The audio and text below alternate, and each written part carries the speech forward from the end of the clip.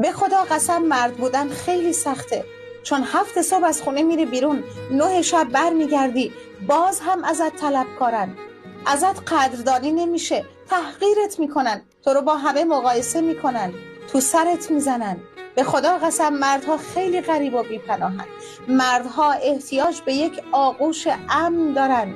کی گفته فقط زنها جنس لطیف و ظریفی دارن و باید بهشون توجه بشه؟ چرا مرد زندگیتون رو بغل نمی‌کنین؟ چرا فکر می‌کنین توجه فقط مختص زنهاست؟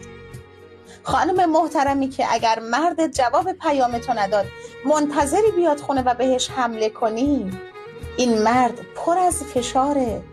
به خاطر اینکه نیازهای تو رو برطرف کنه، کلی نیاز توی وجود خودش هست که برطرف نشده.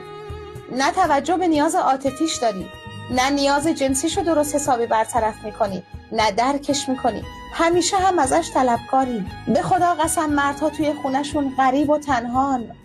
به داد این مردها برسیم.